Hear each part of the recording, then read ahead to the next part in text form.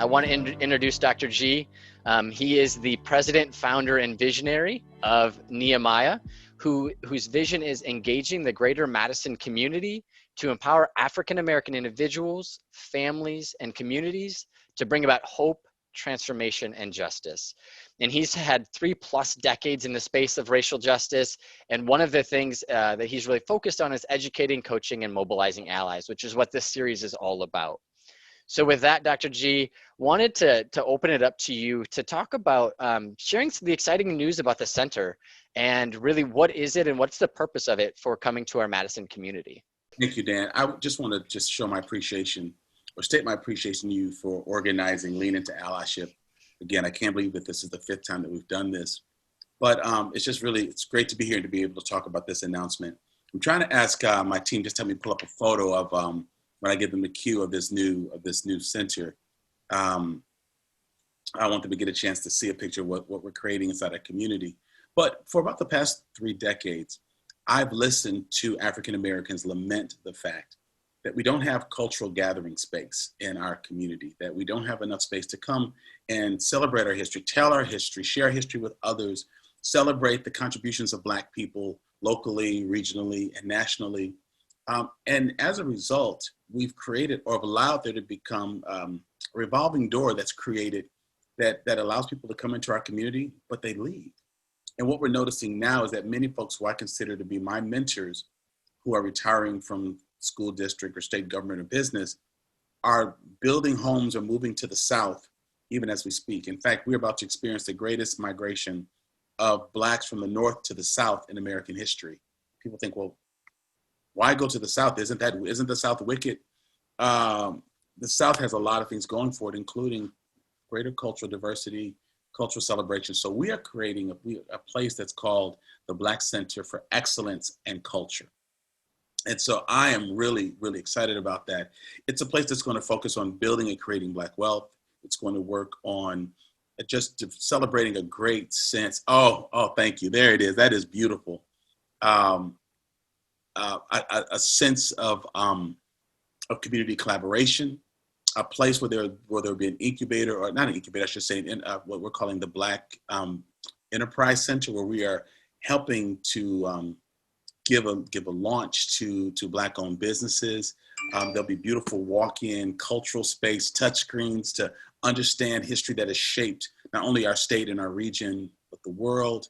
There'll be space in there for exercise and for health, a place for sororities and fraternities and places to collaborate, and places for us to share our culture with the broader community. So forums such as this one, the U.S. Black History course that's somewhat limited by space, we will be able to offer those kinds of things on a much grander scale.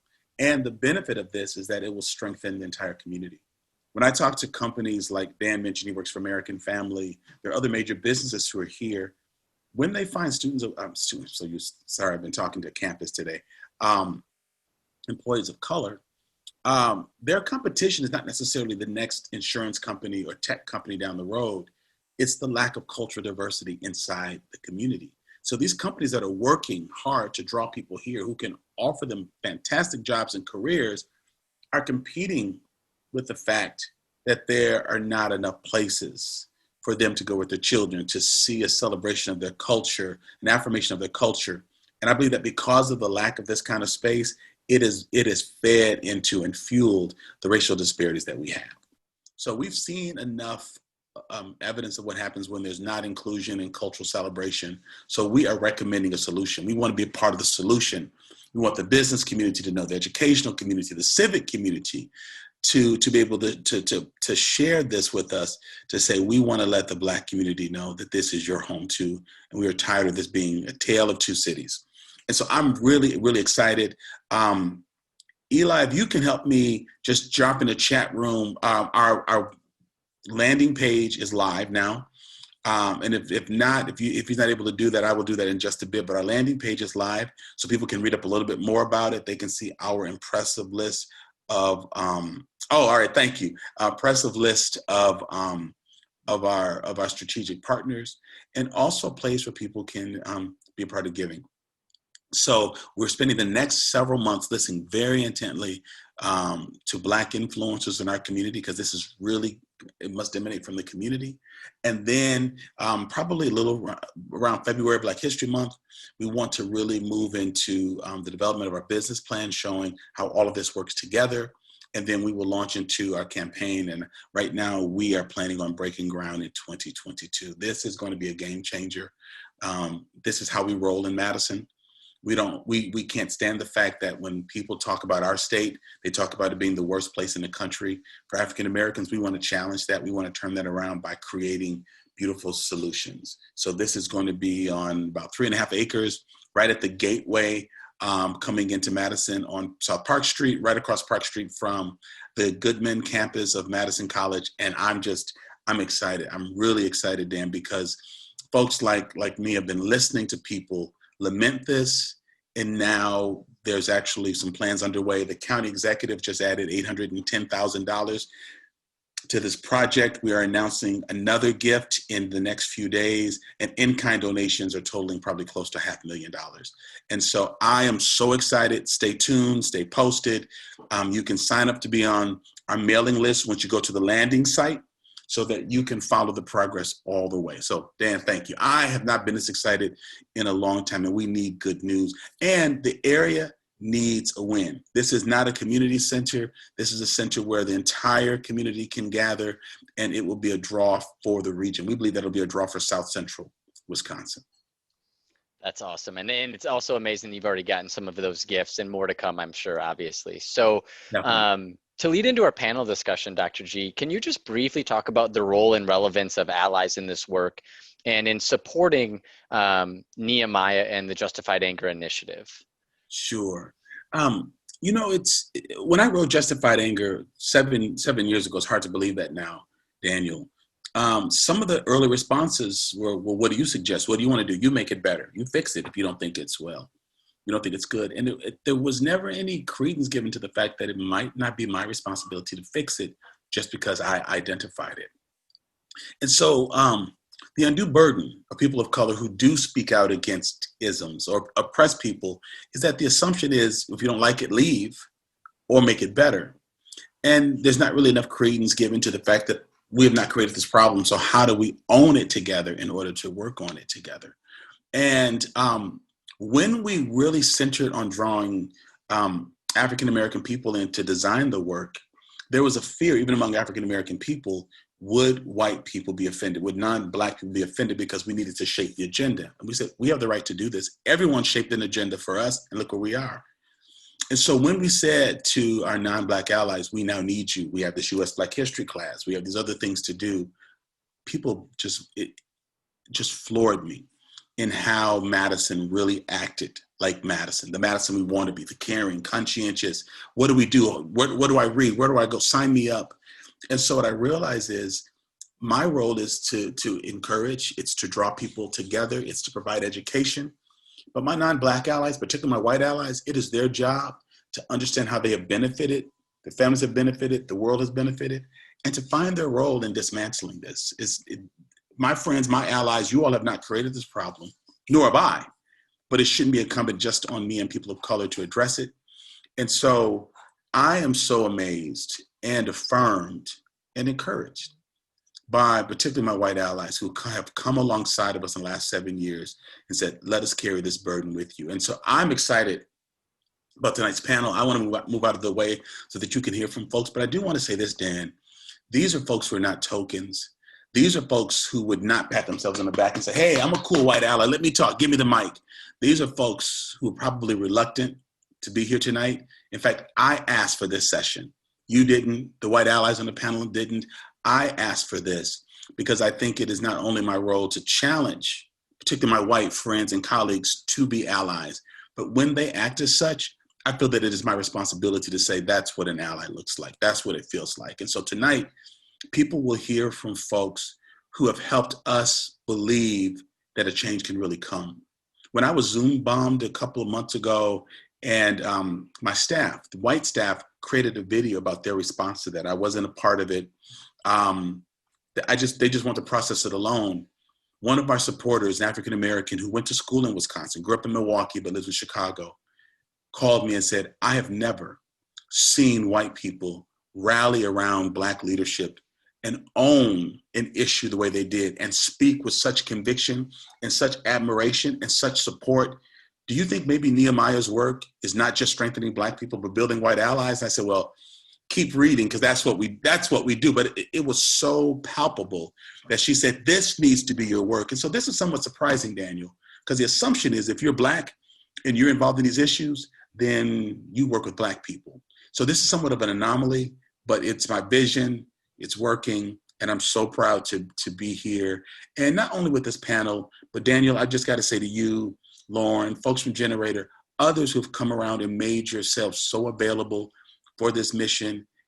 I feel like it adds years to my life, and I feel that it's not Black people fighting uphill. So I just need to say to you all who are behind the scenes, Patty and others, this really means a lot to me. And it's because of the support of non-Black allies that I see myself growing older in Madison and staying in this fight. Because 4 or 5 years ago, I didn't see this. And I see it now because I realize this is not just our issue. So I'm appreciative for you all. And I think those of you who are here, and this is a great number of participants, you're really in for a treat tonight. Yeah, I would echo that. So thank you for teeing us up, Dr. G. And I would echo that we are definitely in for a treat with this panel. And so I've actually prepared questions to ask the panel, but I want this to be interactive. So I want you to enter your questions in the Q&A as they're talking, and I'll try to answer them or ask them as often as I can, pending the number of questions that come in.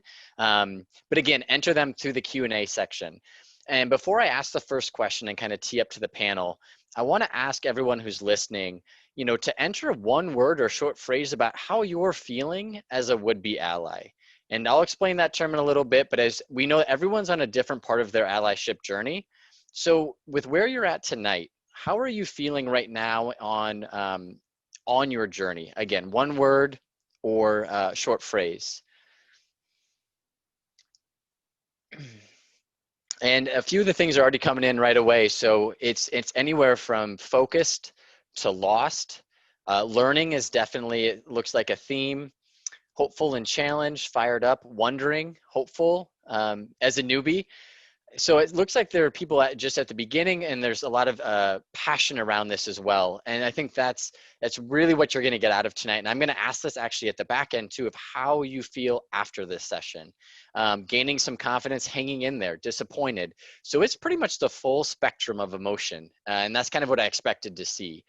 And so I'm going to open it up now to the panel, and I want everyone to just briefly introduce yourself with your name, but then how long have you been striving to be an ally to the Black community? And it looks like, Don, you've unmuted first, so why don't you start, and then we'll just go around. I just wanted to be ready so that I didn't not unmute myself. I'm Don Thornton. I've probably been actively striving to be an ally in some fashion for about 5 or 6 years. Sadly, if you had asked me 5 or 6 years ago, I probably would have had a different answer. I probably would have said, oh, I've been doing it since I was a teenager because I had a Black friend and I didn't use the N-word. But as I grew to understand what an active anti-racist was and what it meant to hopefully be a true ally, yeah, it's probably only been for about 5 years. I'm Rachel Marten, and I had an awakening in 2017, which is not long ago at all. But I've been very committed ever since then. Hi, I'm Lisa Hepburn, and I would say that I've been an active ally for about 3 years. I'm a teacher in the Madison School District. I teach, I'm an ESL teacher, which means that most of the kids on my list are bilingual kids, but about 5 years ago, I started noticing a real difference between the way kids are educated in the district. So I became active about 3 years ago. I'm Denise Thornton, or Denise Thornton Mjelde, and I would probably echo Lisa that I probably first started noticing things about 8 years ago, but I'm not sure that I was really making a genuine effort more than about 3 years ago. It took a while to go from noticing that things weren't working right to really starting to do something about it.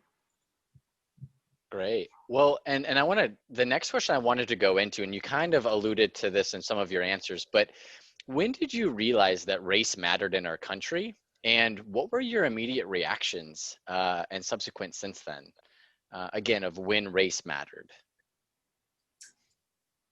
You know, I really knew as a little girl, probably before I was 5 years old, because of the neighborhood I grew up in outside of Washington, D.C.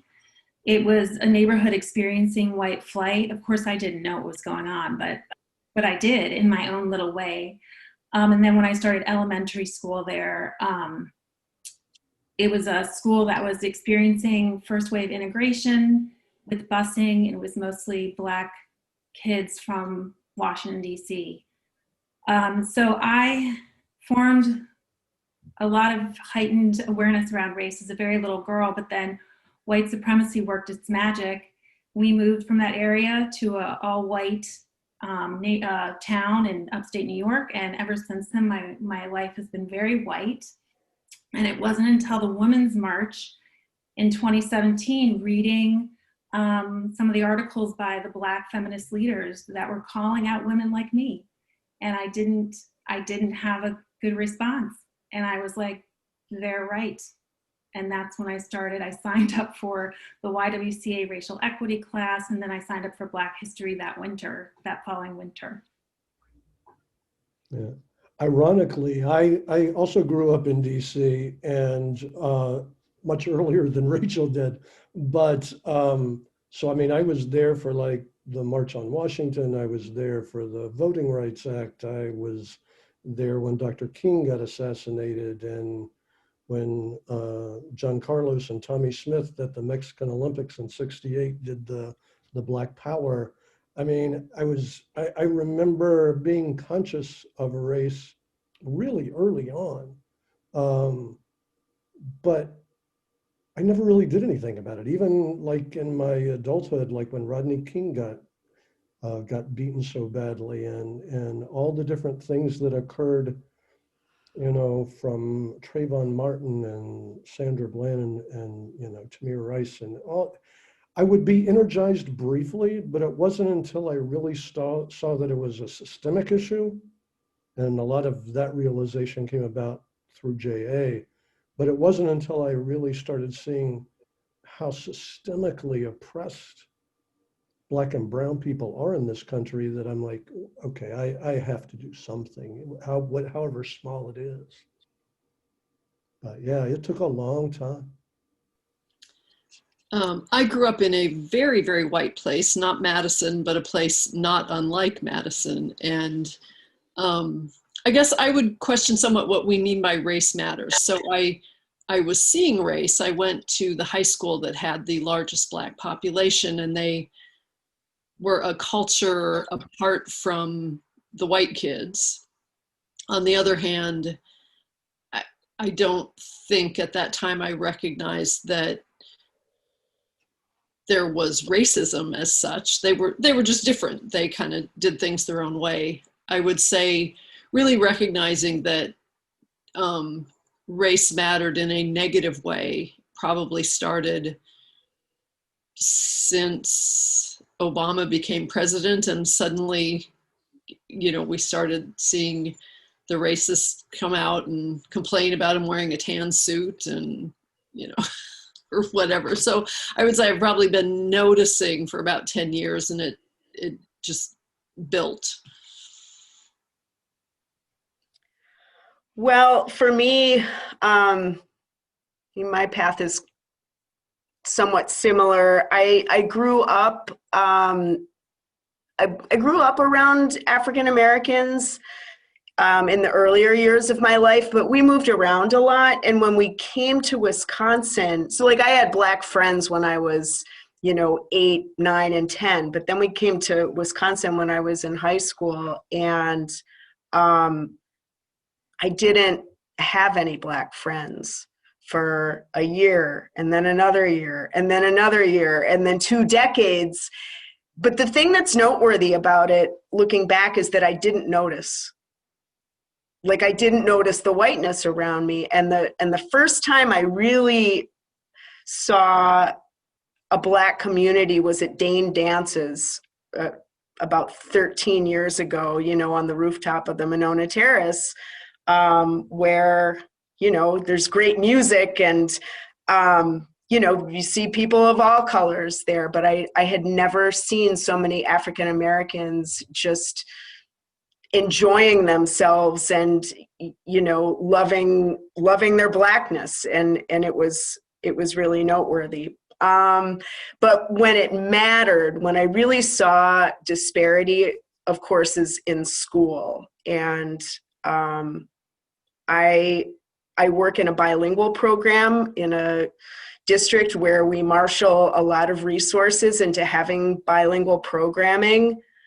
And about 3 years ago, I realized the only real programming we have for Black people in my district is special education. And that is not okay. Wow. Well, thank you all for sharing that. And Leanne has asked a question, which is actually the next question I was going to ask. So thank you, Leanne, for putting that in the chat. But some of the feedback I've actually heard is, you know, racial justice is such a broad issue, right? You know, there's so many areas to address, anywhere from healthcare to voting to mass incarceration to education. And to your point, Don, it being systemic, right? And so feel free to take this question where you will, but Leanne had the first question of, after you realized something needed to be done, how did you start your allyship journey? And I'll add to that, what actions did you take? And then secondarily, how has that evolved over time? And, you know, through the allyship journey that you've been on, where you may be focusing more today? When I was very fortunate in that when I first started recognizing the need to be involved, I had also recently retired.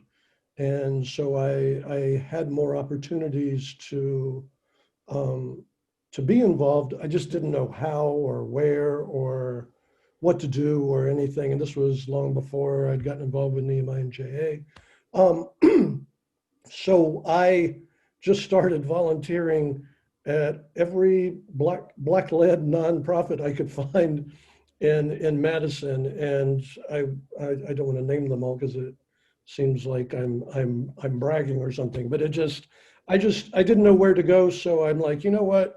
The only way to really do anything significant is to just be, you know, initiate and get involved and be, I can't think of the word that I'm looking for now. Anyway, but I wanted to be involved, but I had no idea where to go. So I just volunteered all over everywhere. And then fortunately, I got involved with JA. Dr. G saw I was enjoying my retirement way too much. And so he asked me to join his staff. And, but I think the main thing is just to be intentional. And by the way, that was the word I was looking for. But just be intentional. I mean, if you wait for the perfect opportunity, if you wait for the way that you can go, oh, okay, this is exactly what I need to do, you'll never do anything.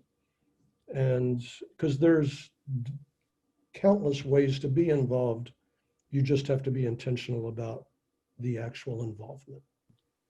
And I would just add to that, you should be following Black people.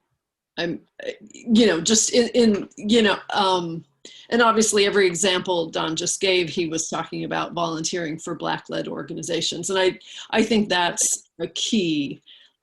I think if you follow a Black-led organization that's concerned about reentry, or you follow a Black-led organization that's concerned about Black women's wellness, or, you name the topic, I think if they've determined that it's an issue, you can't go wrong. for me, what would be important is not to just pick your own issue and start, decide that kids can't read because they don't have books, when you have no data. And I have no idea whether that's true or not. I'm just saying, if you don't have any data, and if that's not what Black people are saying, if Black people don't believe that it's a lack of books, then that's probably not a good focus. Mhm. Mhm. Yeah, and I would just add, I've had to spend a lot of time really trying to understand my own racism. So I think my kind of path has been, I started out really sort of internal and taking classes and reading books and broadening my information sources to those voices of color and local leaders. And I just had to start like peeling things apart. And from there, I've been able to move out in the world more. And it's like a dance, and I still do both, but like the US Black History course has been really great. And I just always remind myself of, Dr. G has always said, educate, affiliate, donate. And so, I've made choices around my money and where I want to donate. So that's what I'll say. Mhm. Well, for me, I spent a lot of time, apparently this is a white thing too, to like take some time off and think things over. So I did that. And I read a lot of books and listened to a lot of podcasts. And I kind of, I went through a really awful period where I probably wasn't that great to be around as an employee, because like once you start digging into this stuff, you're just like, racism is everywhere all the time. And I pulled out of that phase and figured out, it was actually at a next step, a JA next step meeting, where I started thinking about my spheres of influence. And being a teacher, I realized that, there's just so much that I can do to this in this work in my school. So that's really where I started focusing my efforts.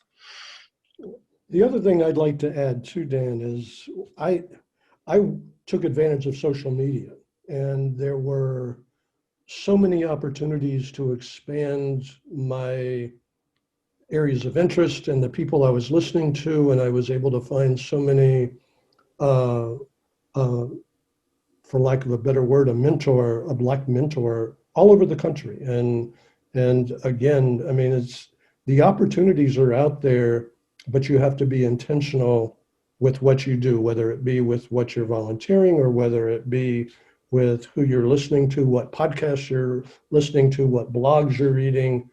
But reach out to more than just one area, as we all talk about. I mean, there's not a Black monolith. Listen to as many people as you can. And I think this is going to be a quick question that came in from Beth, but can somebody just, we've mentioned the US Black History course a couple times. Could someone just briefly explain what that is? Eli put a link in the chat, so you can look at it there, but Justified Anger started in 2016, a Black History for a New Day course, which is intended primarily to teach Black history to white people who, it turns out, none of us learned about it in school. There are, I think, typically 4 University of Wisconsin professors who all guest different evenings and teach within their area. It's amazing. And if you have not taken it, I recommend it. And if you've only taken it once, I recommend you take it again. Awesome, thank you. And there was a couple quick questions I wanted to answer. So everything that's in the chat will be sent afterwards. This event is being recorded, so we will send all of the recordings of the first 4 sessions plus this one afterwards. So I'm sure a few people are thinking that. And for when you hear people say JA, that refers to Justified Anger.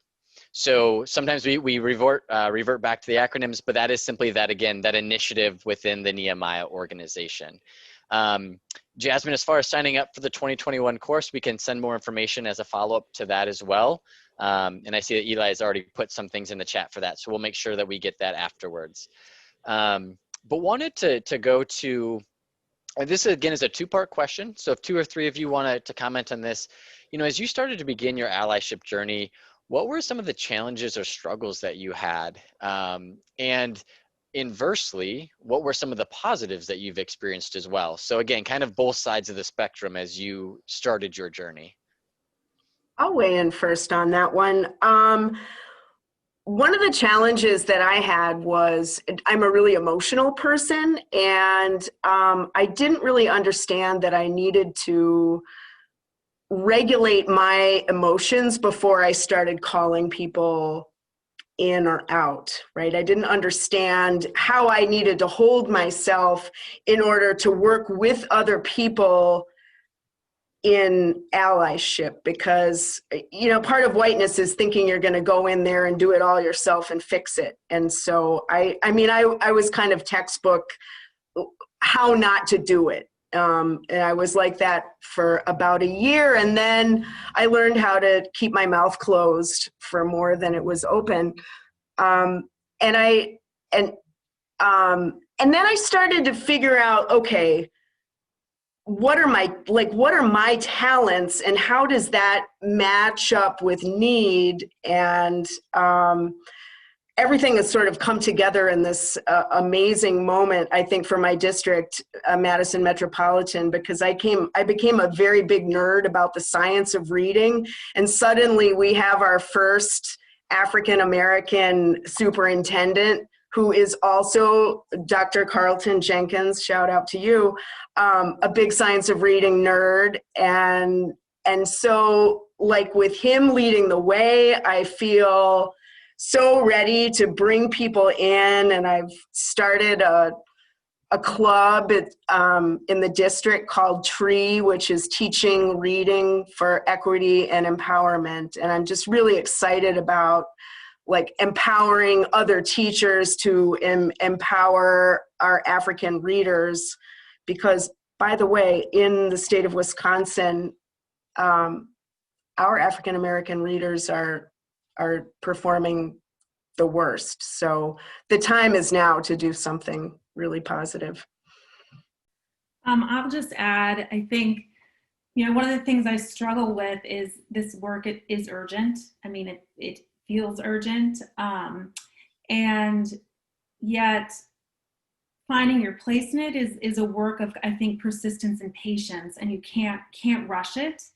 And I think what Lisa was saying, you know, sort of, she had to learn to regulate her emotionality. Like, we need to transform ourselves, and if you just get out there and you try to do everything and impose yourself on people, and you're not really kind of resting and listening, certainly trying things, but listening more at first, I'm not sure that will work so well. So I would say patience against that important feeling of urgency. So I'll throw out there that I had kind of the opposite problem. And I read something in about 2014 or 15 that basically said white people shouldn't just rush in and try to save the day. And I don't remember, I didn't take the article very well. Like, I don't remember exactly what it said anymore. It's almost like I've internalized it. And so I've tried to find the article and I can't even find it. But essentially it just said, like, don't rush in. You should be following Black people, sort of stay back. And it actually left me staying too far back. You know, like, I wasn't doing anything because I was afraid that whatever I did would be wrong. So I guess I would also say, on the opposite end of the spectrum, don't be afraid to make a mistake, because I spent a period of time just paralyzed. I wasn't doing anything at all because I was afraid of doing the wrong thing. And at a certain point, probably doing the wrong thing is better than doing nothing forever. So while I don't exactly recommend doing the wrong thing, if it's that or nothing, do something. So Denise, that goes perfectly into my next question, and also a question that Samantha had. I just want to clarify, Mary, in the Q&A, I think what Lisa, you said was African-American readers are when you said like the worst, or in their ability to read. Is that correct? Just want to clarify that Mary heard you correctly about that. So when you were talking about the reading, it wasn't the leaders are the worst, it was the readers, correct? Okay, I'm seeing the head nod. So Mary, just to clarify, that wasn't actually what was said, so I just wanted to clarify that. But just wanted to then go to, you mentioned, Denise, about mistakes. And I'm gonna ask as many of you who wanna be vulnerable, because this actually stopped me from doing anything for 2 years, because I was afraid I was gonna say the wrong thing, do the wrong thing, and you just teed this up perfectly. So what's a mistake that, is fresh in your mind, or kind of a big mistake? How did you respond and what was the result? And I know Samantha had a similar question about, getting it wrong in your continued journey to be an ally and an anti-racist. So how often does it happen potentially as well? Oh, I'll go first. First off, it happens relatively often. The more involved you get, the more relationships you have. It's like, have you ever had an argument with a family or friend? Yeah, and we all do. And as white people, we're going to make mistakes. About a year ago, one of my colleagues had been out to dinner with a friend of hers. They were two Black women, and they had this horrendous experience with a white manager of a restaurant here in Madison. And I had seen a FaceTime video of it that evening, and then I went into work the following day, and my colleague was describing what happened. And there's a group of us sitting around listening, and I was just in awe of how reserved that they were during this encounter. And I just couldn't believe that people could be faced with those kinds of attitudes, and just the whole thing was horrible. And I wanted to show my empathy for what they had experienced. And so I commented, I said, I am so glad that that was you who experienced that, because if that had been me, I'd have just gone off. And I was really trying to show how much I cared and how empathetic I was. My intent was good. But then my Black colleague looked down at me. I was sitting in a chair, he was standing up. He looked down at me and he goes, "That's because you're not a Black woman." And I realized immediately that the privilege that I had, where I could be angry, I could go off, nobody's going to call the police, nobody's going to look at me and go, "Oh, there's angry white guy." And I felt about, like this big. And I apologized. I brought her a coffee the next morning and never mentioned it again. And she very graciously forgave me. What was funny was that had a huge impact on me. And I carried that around. I could not believe how stupid I had been. I mentioned it to the guy who pointed it out to me, that was because I wasn't a Black woman. And he's like, "Oh, I don't even remember that happening." So Black people are so accustomed to forgiving us our mistakes, that things that we start to, if you let those prevent you from being involved, you'll never get involved. And the mistakes are inevitable. But that doesn't mean you should act like a jerk all the time. I have a story I can't tell the exact specifics of, but I will say that I was asked by a leader of color to do something very specifically. And when I went to do this thing, my white privilege had people reacting to me in certain ways, and I didn't execute it as this person had asked me to. And it had consequences for this individual. And when we had a conversation afterwards, he was really clear with me, when a person of color asks you to do something in a really specific way, there are distinct reasons why, and you need to do it that way. And I felt all those feelings of shame in my belly, but I really felt grateful that he trusted me enough to give me that feedback. And I've learned enough to not ask him to try to make me feel better. So. I was going to throw that out too, as it may take a while before you actually know that you've made a mistake, just because there has to be enough trust in a relationship that they would say something to you. So in some ways, your awareness that you've made a mistake is a good milestone. And to be perfectly honest, I don't have one, so I haven't hit that milestone yet.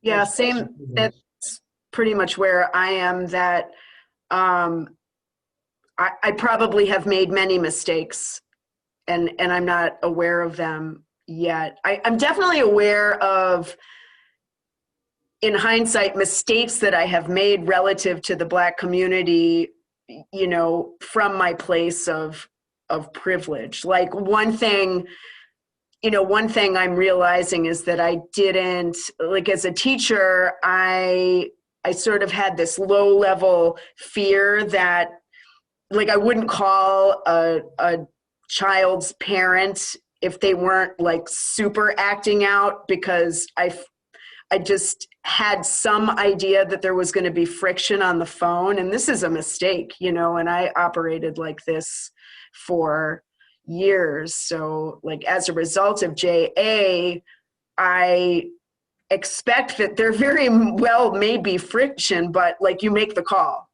Like, it's just not an option to not make the call. So, but I'm still learning, and I'm sure my mistakes are plentyfold. Thank you for sharing. And as Dr. G just put in the chat, I mean, that's so honest of you to share. One of the things, actually, Lisa, that just came in that I wanted to address right away is Rebecca had mentioned or asked a question of, do you see the Madison School District moving forward with updating the curriculum or starting to use teaching tolerance at the middle school and high school? And she just shared again that, you know, her children are having a tough time in the school district and how the friends are treated. So could you just talk about that very briefly? Yeah, for sure. Change takes a long time. And I have to say, I mean, obviously I'm not afraid to be critical of my district, because I kind of came out blazing, you know. And I definitely see changes happening. I see very active work within schools. My own school, Randall Elementary, and my former school, Sandburg Elementary, are quite pointed about talking about racism. They have study groups and action groups. And I think that's a thing all over the district. Our teachers union has initiatives, and there's a lot of excitement about anti-racist curriculum. So how long is that going to take to actually play out? I don't know, but like, we already had some things in place in terms of the socio-emotional aspect of learning. What we had less in place, I think, were academic outcomes. And I think that is something that Dr. Jenkins really brings with him. I have to say, when I saw his interview, I got down on my knees and just like, hire this guy. And the board made the right decision, and things are moving forward. I'm very excited. Great. Well, thank you for sharing that. And so Yeah. I was going to switch it over to the volunteering, but we have quite a few questions that are still coming in. So I'm going to go a few minutes extra. I love the engagement, so I don't want to stop it. But we'll probably just run 10 or 15 minutes over the time. But one of the questions that Daniel Kim mentioned was something that we've talked about, Don, was have any of you had losses of relationships, family, friends, because they weren't really on the journey with you or were against you going on that journey? And I know, Don, we had a late night discussion about this. So I don't know if you want to comment, and others can talk about this as well. But what does that look like when people are opposed or maybe just not in favor? Sure. And it's kind of like mistakes. I think that loss of a relationship in some instances is inevitable. It doesn't have to be that way, but it can be. And I know I've lost quite a few friends, and my eldest son and I don't talk anymore. And that was just because of the tremendous opposite approach to the issues. And I think that doesn't have to happen. But when one of the members is actively trying to antagonize and poke, it's kind of like poking the bear. If that never ends, that at some point in time you have to cut your losses, and hopefully that isn't permanent. But yeah, I've lost quite a few friends, but the relationships that I've built in their stead, my circle of friends, although drastically changed, is immeasurably greater. And the close relationships I have, and I'm an introvert, so I don't build a lot of close relationships, but that number has increased tremendously. And even just around the country, people that I never would have connected with, let alone be true friends with. There's a price to pay, but the rewards are immeasurable. So. And I think on the inverse of that, Samantha has asked a question of, how have you pulled family and friends and coworkers along in your journey who feel they may be resistant? So I think that's a great follow-up question to ask after that. I got to say, my mom's an 85-year-old self-proclaimed Southern belle, and she has followed me in my journey. She's non-computer. She doesn't do anything. She doesn't even have a smartphone. But she and I talk on the phone for like 2 or 3 times a week, and almost all of our conversations center around social justice and anti-racism. And she lives in this little tiny town in North Carolina called Walnut Cove. And she is so actively anti-racist, it's not even funny. So to see someone who people have told all her life she was like the reincarnation of Scarlett O'Hara, and then to see her be this really vocal, vibrant social activist at 85, that's pretty cool. I've just been really persistent, looking for teaching moments, but also watching when I need to back away, because I want to keep the conversation going. And I'm not encountering people who are so resistant that they're not going to be able to be brought along. But in a couple of my really, close relationships, there's a lot of challenging conversations, but I also want to give them some grace because I've been there. And I would say with, it's unfortunate it took this, but it took the march for me. But with George Floyd and the response around that, it's opened things up in terms of having those kinds of conversations without having to push so much, or there's been more of an opening. I find that I have way more success when I think about my own racism and lead with that. And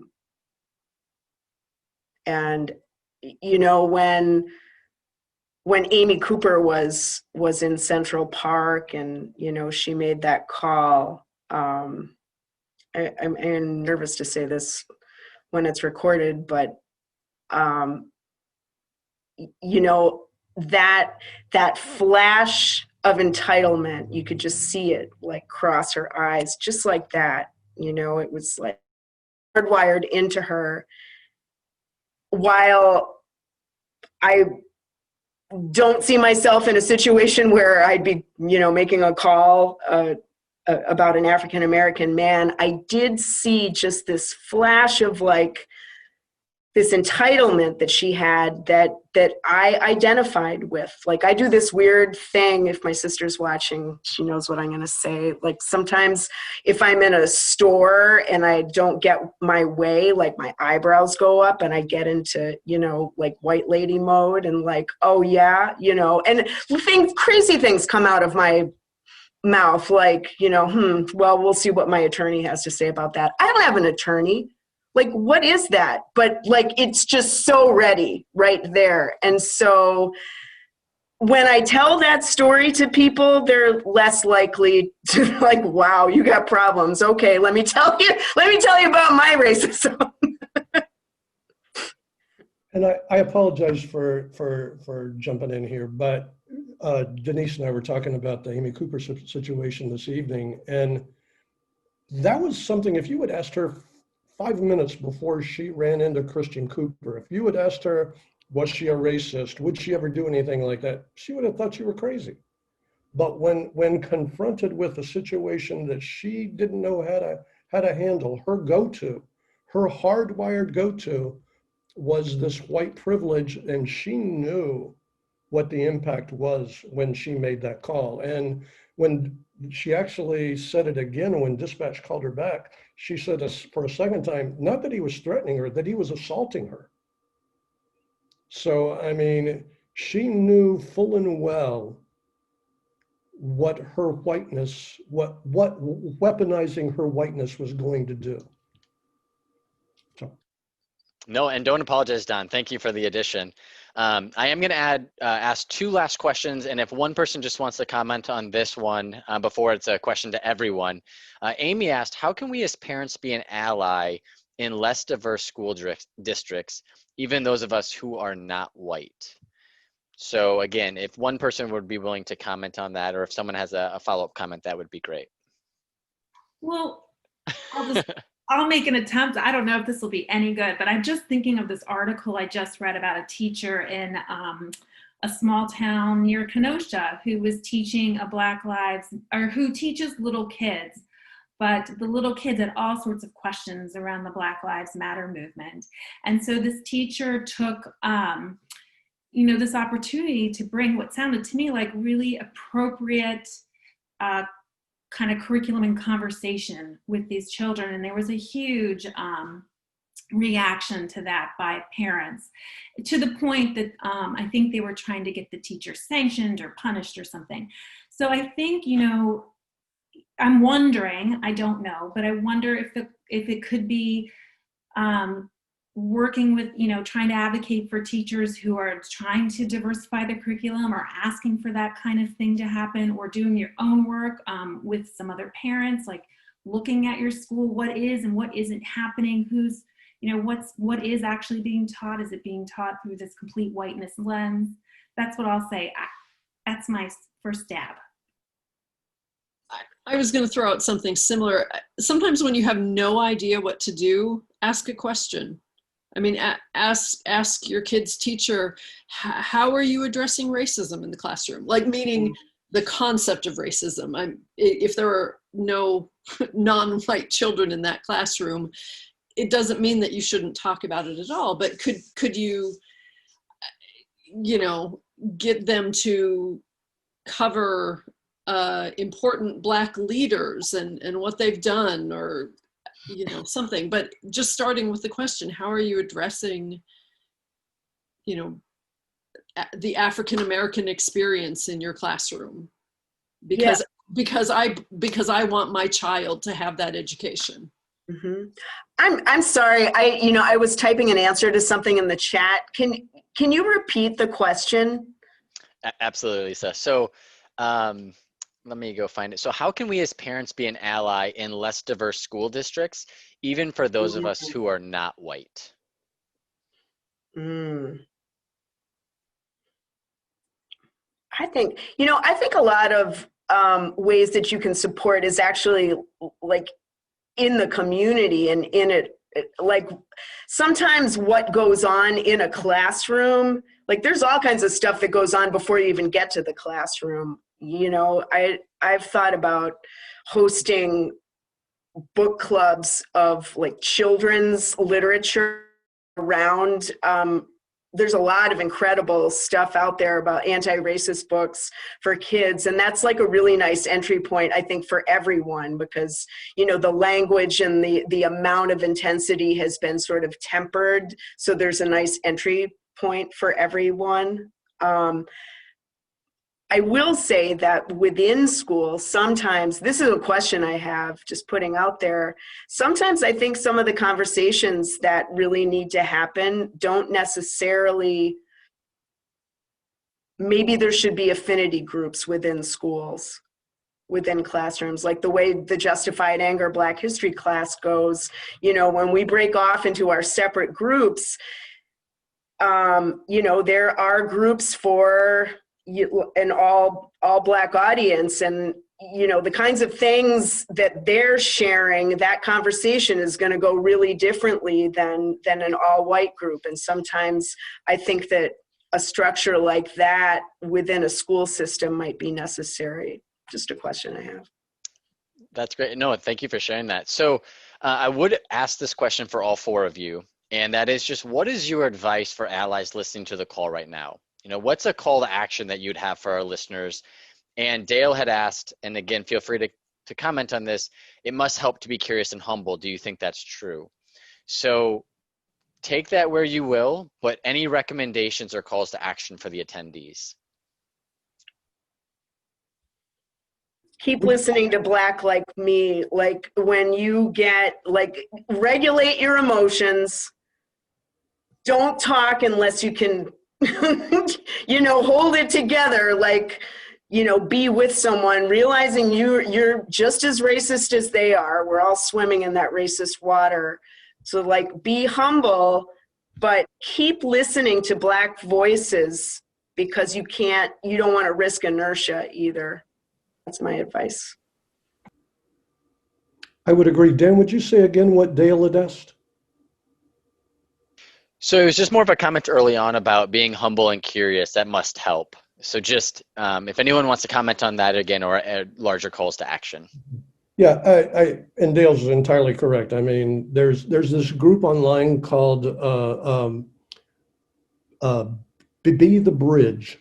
And regardless of your experience or anything else, you have to be silent for 90 days once you join this anti-racist group. You cannot post, you can't say anything at all. And even if you have been doing social justice and anti-racist work all your life, they still require, and you may be the most famous person in the country, they still require you to be quiet for 90 days. And I think white people would be, it would be good for them to keep that in mind. I think it's something, humility and being able to listen and recognize that you are entering an area that you're not an expert. No matter what your intentions are, you're not an expert. But you can, through intentionality and persistence, you can be impactful.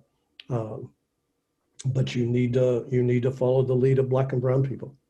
That's just the main thing, period. I love be curious and humble. I think that's so important. And I would say it's been really meaningful for me to not do it alone. And the city of Madison, we're really lucky because we have all of these resources, from Nehemiah and Justified Anger to the Dane County Time Bank, groundwork, places where you can get in conversation with others or go to listen.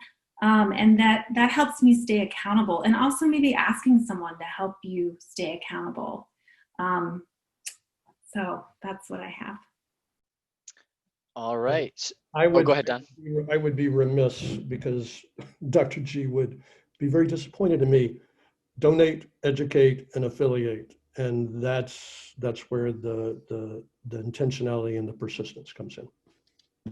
I was going to throw out there, if you have no idea what else to do, at least donate.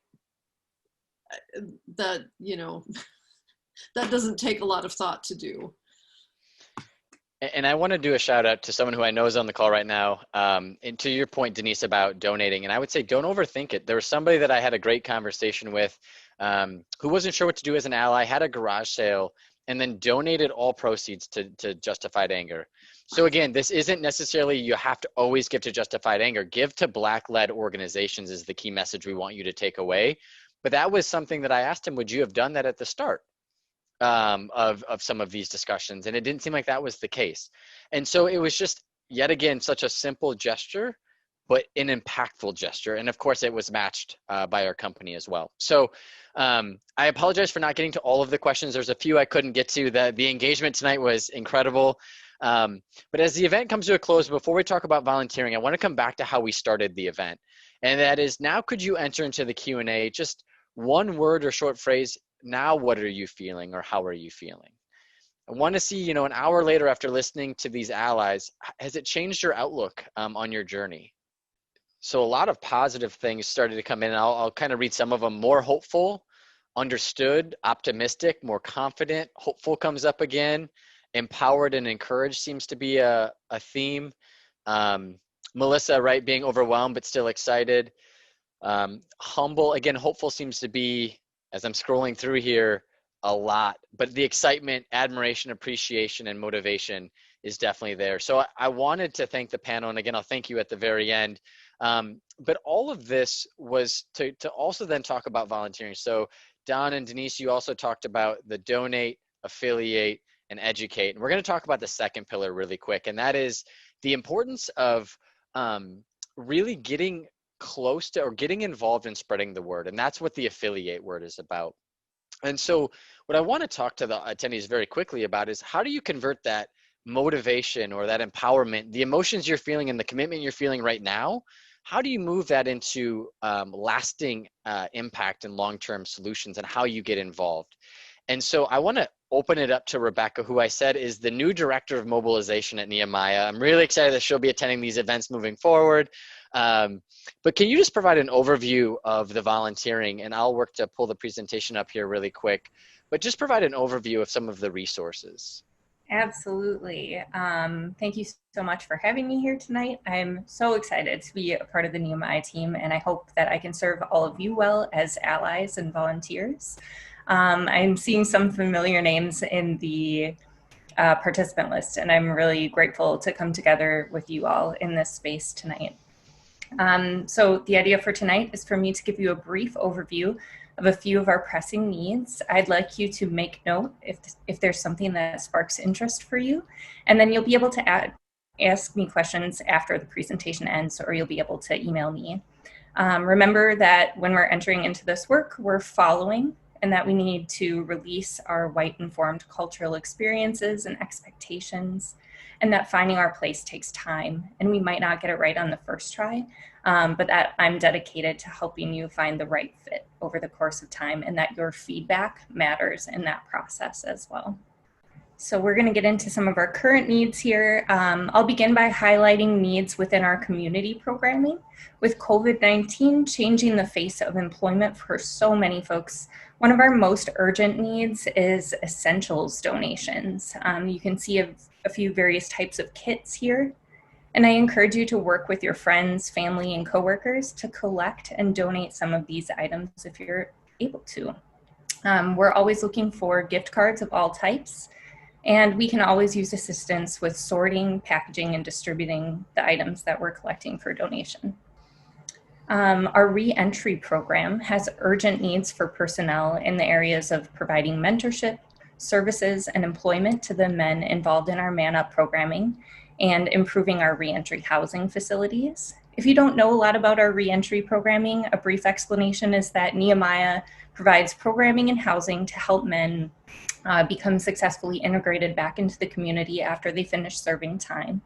And that programming focuses on being surrounded by the right people, learning life skills that their incarceration may have denied them, addressing their needs in hopes of preventing recidivism, and that means going back to jail if that's an unfamiliar term for you. If you'd like to learn more about mentoring, providing any professional services, our need for employment opportunities, our cleaning crew, or our skilled trades team, please let me know. Be sure to think of others that you know that might have these skill sets as well. We do have a learning pod meeting the virtual learning needs of students in Fitchburg, and we'd love your help with providing meals and snacks. That can be a contactless drop-off if that's something that interests you. And lastly, we have various teams that could use additional participants. We have a team dedicated to acquiring and distributing donations where they're needed, a book club, a team of court observers that are taking data within the courtrooms via YouTube, which I think is really cool. We also have a dedicated research team. So if you're interested in any of those items, let me know. And lastly, to get additional information, you can visit our newly updated volunteer page on the website. You can contact me via email. I would really ask each of you to fill out the new volunteer interest form. Even if you already are part of our mailings, the information that we're trying to collect there can help us to pair your unique skills and preferences with our program needs. We're also excited to be able to share a new event calendar with you. You can see that link there. And I just thank you so much for having me tonight. Considering how you can continue to educate, donate, and affiliate, I would love to be a part of that process for you, and I will stay on the call afterward to answer questions if you have them. Great. Thank you, Rebecca. And again, for everyone, we'll send these links out in the follow-up email. So to what Rebecca just talked about, those couple links you see on the screen, you'll be able to see all of that in probably about a week. But what I was most excited for is I know when we held the first couple sessions, people were asking how they could help. And what you just saw is it's a full range from providing kits to skilled trades to contactless drop-offs. I mean, there's a full range here that I'm really excited that we were able to share with you tonight that we haven't necessarily in previous weeks. So the last thing I wanted to talk about, and then I can open up to you, Dr. G, for closing comments as well, is just the third pillar of educate. And I want to stress and put that, instill a sense of responsibility for you as the attendees. That's your accountability, right? It's your accountability to educate yourself. We'll send some links out that I know Eli has been putting in the chat. So we'll provide some help on that. But I've been asked after every event for a checklist, and I understand why we want that. But this is really about finding the space within the racial justice arena that you're most passionate about and that you want to grow into and really help support. So there's really no one direction. It's figuring out where that passion is for you. But I actually had the privilege of listening to Dr. G speak at the Wisconsin Leadership Summit a couple weeks ago, and the passion was definitely there. I really appreciate it. And you said something, Dr. G, that we don't need more self-proclaimed allies, but people willing to put in the work. And, I think that was incredibly well said, and it really hit me because it is, again, about the education and taking action. So my challenge to everybody is commit to one or more actions that you can take leaving the event tonight. You have the help of Rebecca if you want to figure out how to volunteer, but it doesn't have to be huge. Don't overcomplicate it, but just think about the next step that you can take. And so before I turn over to you, Dr. G, a lot of thank yous I have to give. So thank you to the panel, to Rachel, to Lisa, Don, and Denise for being willing to give your time tonight and the insights. Thank you, Dr. G, again, for your vision and leadership with Justified Anger and Nehemiah and sharing the information about the center. Thank you, Rebecca, for sharing all of the volunteer opportunities. I'm excited to see where that will continue to grow. And again, thank you to the generator. Again, Patty, Lauren, and Maggie. This event doesn't happen without everybody I just listed and even more. And so there's a lot of help that goes into this. Justified Anger will actually, Eli will send it an email, a follow-up email will come from Justified Anger. I know that's caused some confusion in the past. So look for that. Watch our future events. I know we're working with Dr. G and his team next week to continue visioning how and where this can grow to. But any last closing words, Dr. G, for the attendees? I just want to say that tonight was just really wonderful, and it was great to see such a full room and so much information just that's happening here. And I just want to just say a special thanks to our allies for working to do this. I really want to just say an extra welcome to RCA. What a great addition to our team and so resourceful. I'm very grateful for that. One thing that came out of our advancement team, we didn't have a chance to make that a part of our presentation, but I believe Eli has a link for this, and it'll be in the follow-up mailing as well. Black college students have really been struggling on campuses. And so we want to support campus advisors around some of the major UW system campuses and private campuses that have a significant Black population. We want to help with care gifts. So we've created a link on our Nehemiah page that's called the College Student Hope Gift. And we're just trying to collect $10 gift cards from Starbucks. That with other donations that we're getting in other places just helps us to say to students who are educating themselves that we appreciate you, that we want to just send love to you. We want you to know that Justified Anger appreciates the fact that you're preparing yourself as leaders. And so Eli just put a note in there. Again, we'll mail it out, but because we're trying to find 100 of those gift cards, we just put it in here in case there's something people just want to do tonight. We know that we're going to mail something to you in a few days, several days, but you could click this link right now. We're only asking people for $10 donations. You don't need to do more than that, but each one will go into a gift card that we will distribute to a staff member who oversees the work of Black students on those campuses. And we want to see if there might be a niche within Justified Anger to respond in short collective ways like this for having a great impact. And if this works, we think that there are other things that we can do to have a greater impact around the community. So here's something that you all can do tonight. Thank you so much for participating. And Dan, just again, special thanks to you for your diligence and commitment for doing this. This really makes me proud to be a part of this work and to know that our non-Black allies are in it with us. So thank you. Absolutely. So with that, thank you for closing up the event, Dr. G. If anyone has any questions, I don't see necessarily any questions coming in on the Q&A right now for Rebecca. We can hang around for another few minutes if you have a couple questions. But if not, again, all of that content will be sent afterwards. So with that, thanks everyone for attending and have a good night.